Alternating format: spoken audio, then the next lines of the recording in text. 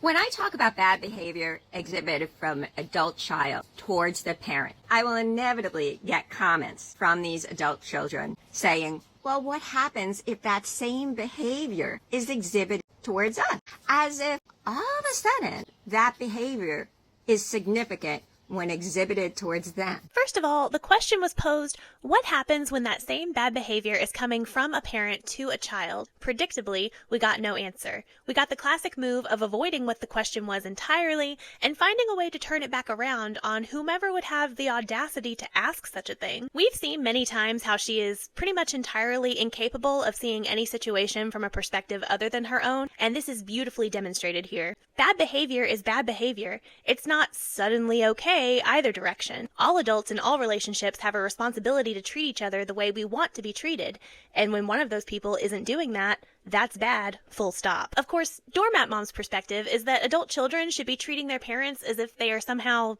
superior overlords that adult children should remain subservient to throughout their entire lifetime, but that's a subject for another video. Society has really encouraged a bunch of little Peter Pans, and when parents finally say enough, their tantrum, in many cases, is estrangement. Laura, honey, I read your book. I know that your estrangement from your daughter was your choice because you threw a tantrum. You threw a tantrum and then you cut off your adult child. Let's dial back the hypocrisy just a little, maybe. Now watch as these same little Peter Pans flock to my comment section.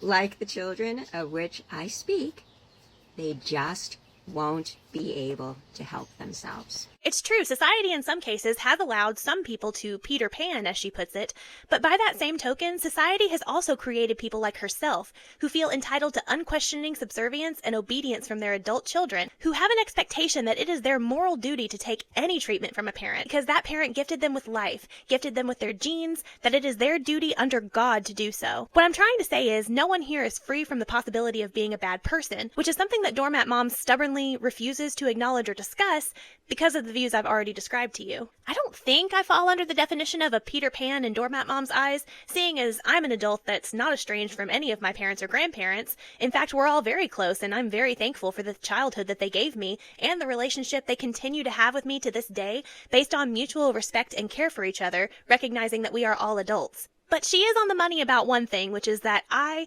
just cannot help myself. I do find it interesting that she chooses to say this in a condescending sort of tone, since Doormat Mom's entire online presence is nothing but talking about estrangement and spreading hateful misinformation. She can't help herself so much that tantruming about it has become her entire brand.